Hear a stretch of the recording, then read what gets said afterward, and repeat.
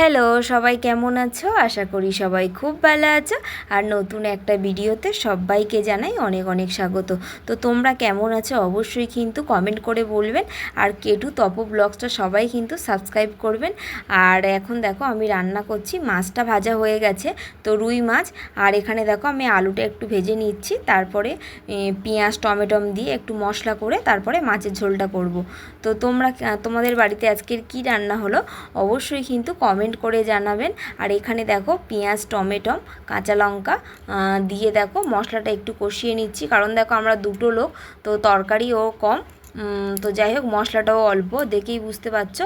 আর এখানে দেখো ফাইনালি মাছের ঝোলটা কিন্তু হয়ে গেছে। আমি ওপর দিয়ে একটু ধনে পাতা ছড়িয়ে দিলাম। আর কৃষ ঘুম থেকে এখনও ওঠেনি, তো আমি সবসময় চেষ্টা করি সেই সুযোগের মধ্যে রান্নাটা করে নেওয়া। তো আজকের আবার কৃষ বায়না করছে যে আমি ম্যাগি খাবো, তো দেখো এই পাশে আমি আবার ম্যাগি বসিয়ে দিয়েছি। আর এক পাশে দেখো চচ্চড়িটা বসিয়ে দিয়েছি, সেটা তোমাদের সাথে শেয়ার করা হয়নি, তোমাদেরকে একটু দেখিয়ে দিলাম। চচ্চড়িটাও বসিয়ে দিয়েছি। আর চচ্চড়িটা দেখো কি সুন্দর লাগছে। আর চচ্চড়িটা না সত্যি বলছি খেতে ভীষণ দারুণ হয়েছিল। তো যাই হোক তারপরে দেখো সকালবেলা কৃষি বললো ম্যাগি খাবো, তো ওর জন্য দেখো একদম সিম্পল ম্যাগি।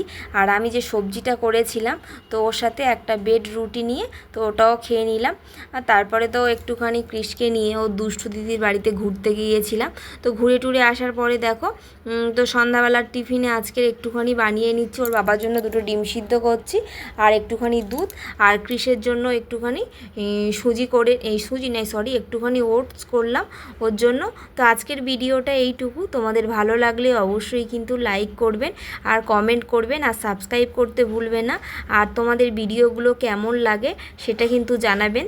আর ভালো লাগলে অবশ্যই কিন্তু বললে মানে আমি আগ্রহটা বাড়বে।